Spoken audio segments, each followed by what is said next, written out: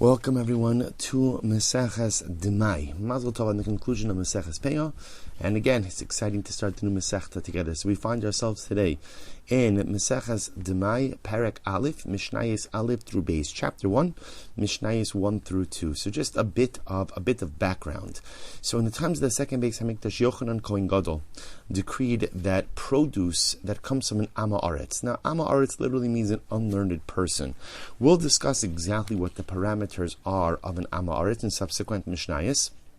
But Yochanan Kohen Gadol saw that unfortunately amongst the unlearned population there was not a sense of care and concern regarding Trumas and Maasros. Now we're going to discuss that there are various different tithes. So he saw that even amongst the unlearned population they were careful to separate out what we call Truma Gedola. Truma Gedola is the portion that goes to the Kohen. They were a bit more lax in the other tithes. Therefore again Yochanan Kohen Gadol decreed that when you go out and you purchase produce from an Amma Aretz, you must re-tithe it, assuming that they did not properly tithe it the first time around.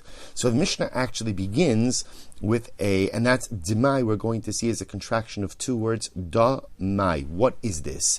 It represents the lack of clarity as to whether or not the produce of an Amma Aretz was actually tithed or not. See, interestingly enough, the Masechta begins with a discussion of things that are not subject to the laws of Demai, because they are usually considered to be hefker, ownerless. And therefore, again, if one gets them, one finds them, one does not have to assume that they were the produce ultimately again of an Amma Aretz. And remember again, as we've seen in the previous Masechta, so anything that is hefker, ownerless, is exempt from all tithes.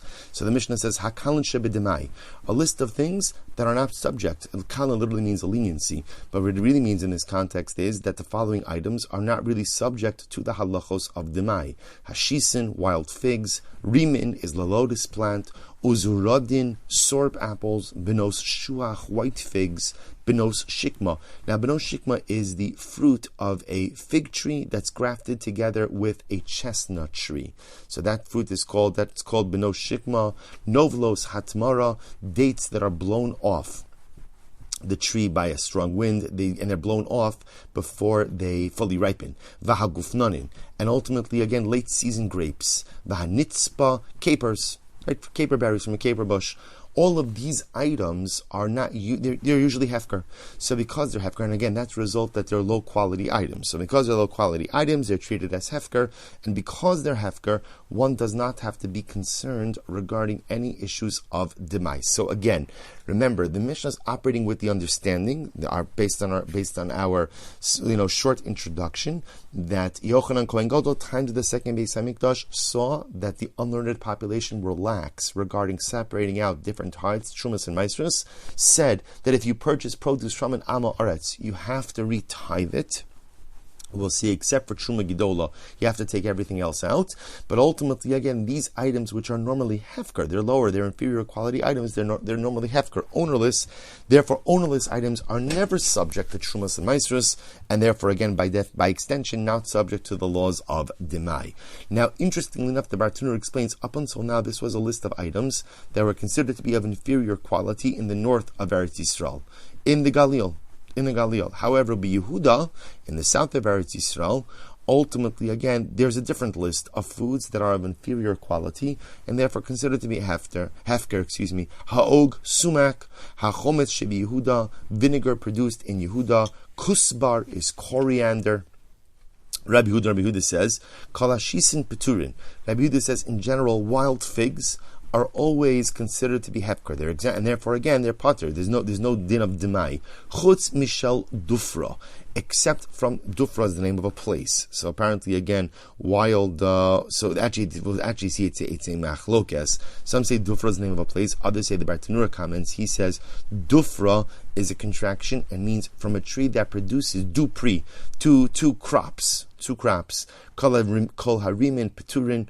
All lotus plants are exempt from demai. Chutz me rime shikmona, except again for the lotus of Shikmona. Again, that's also a place. Kol b'no shikma pturos. Again, remember, b'no shikma are the fruit that come from a chestnut, and a fig tree. So that's kol b'no shikma pturos. Chutz min hamus tafos, except for those that are split open. So if they're split open, fully ripened, that means, again, they were fit for consumption and therefore not hefker. Good. So again, interestingly enough, it's fascinating to see that the Masechta begins with a discussion of what's not subject to Demai. Good. Mazel Tov, that's the end of Mishnah Aleph. Mishnah Beis, Hademai ein lo chomesh. So remember again, a little bit of a background over here as well. We're going to go through, we know that there's a 7-year agricultural cycle, with the 7th year being Shemitah. And of course, in Shemitah, none of the tithes apply. Now we understand that because during Shemitah, everything is hefker. Now, interestingly enough, in years 1, 2, 4, and 5 of the Shemitah cycle, there's an obligation of Meiser Sheni.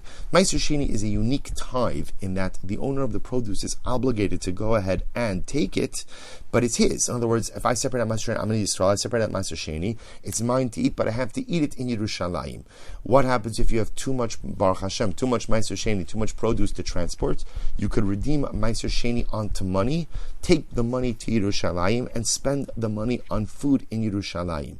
Now, there's one caveat with that, which is that halacha l'maisa, if you go out and you redeem your Meiser Sheni onto money, you have to add an additional fifth.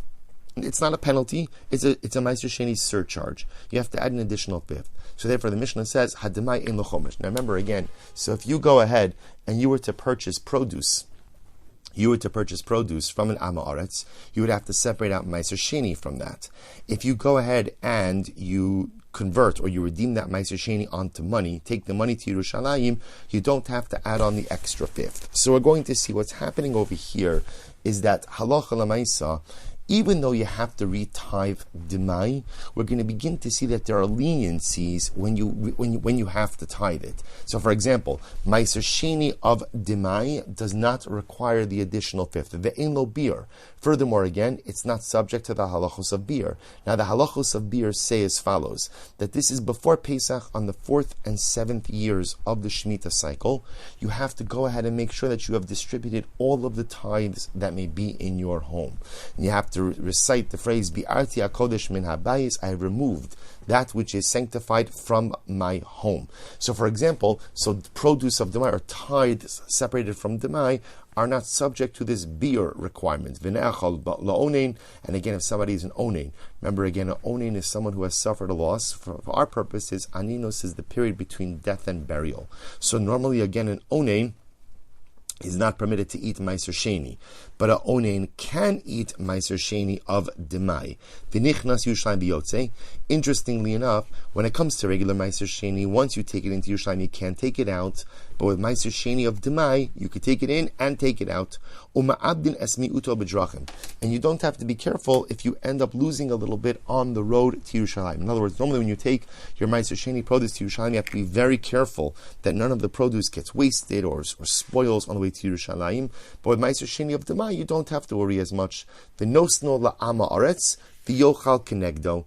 Interestingly enough, however, you could even give some of your Meiser Sheni to an Am Haaretz in Yerushalayim. So now normally you wouldn't give Meiser Sheni to an Am Haaretz, and the reason for that is because Meiser Sheni has to be consumed in a state of ritual purity.